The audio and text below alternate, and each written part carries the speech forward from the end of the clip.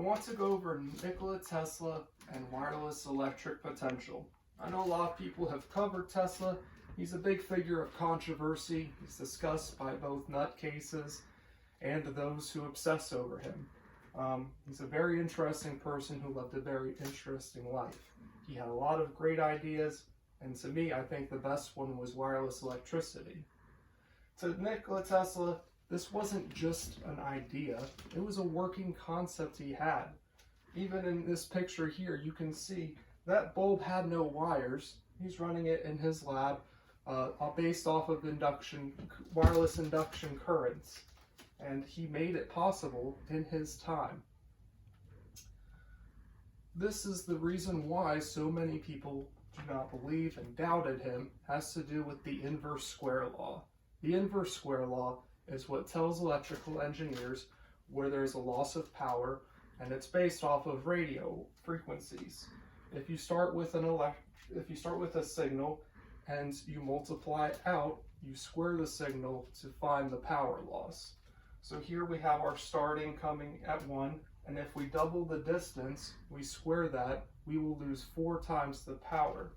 Similar to if we go 3 times the distance, we'll have 9 times the loss of power for the inverse square law.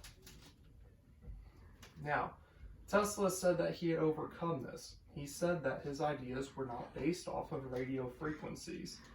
And everyone asked him, how are you going to do this? How is it possible that you can transmit something that powerful?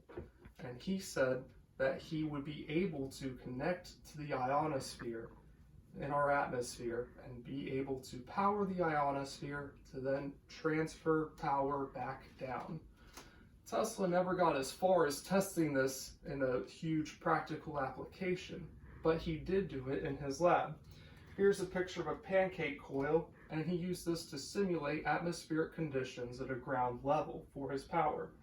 In the sectional tube across the top, that's where he recreated the ionosphere plasma that he could power up to use for his plan.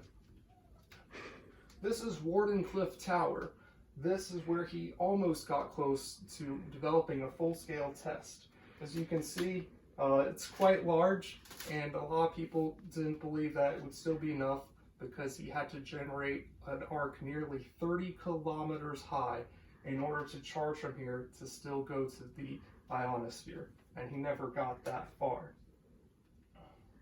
This is an artist's concept of how his power supply would work. He would have multiple stations set up, and if he was able to achieve powering up the ionosphere, it would theoretically charge the entire ionosphere around the globe, and presumably the ship could have its own electrical receiver and be able to handle that kind of power. So Tesla had a lot of people that hated him and wanted to see him fail.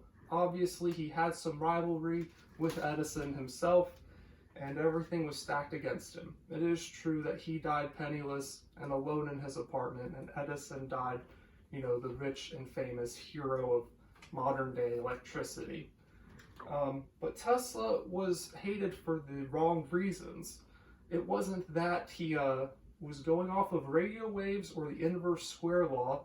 He genuinely had an idea that might have worked if he had been able to generate a spark that was high enough to touch the ionosphere.